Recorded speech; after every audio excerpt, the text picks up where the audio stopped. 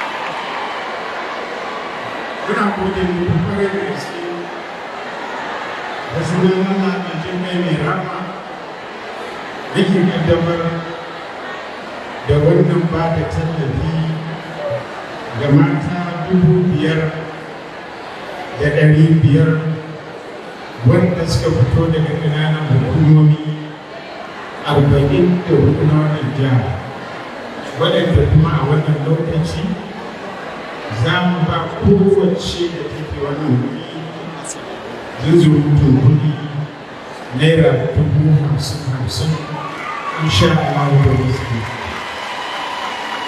Mun gode yadda kuka zo wannan wuri lafiya, Allah mai da ku gidajen ku lafiya, abin da za ku karɓa Allah ya sa musu albarka.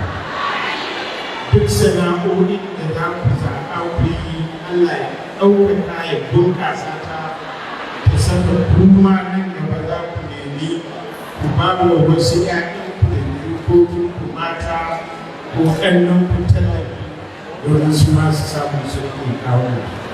Wassalamu alaikum wa rahmatullahi.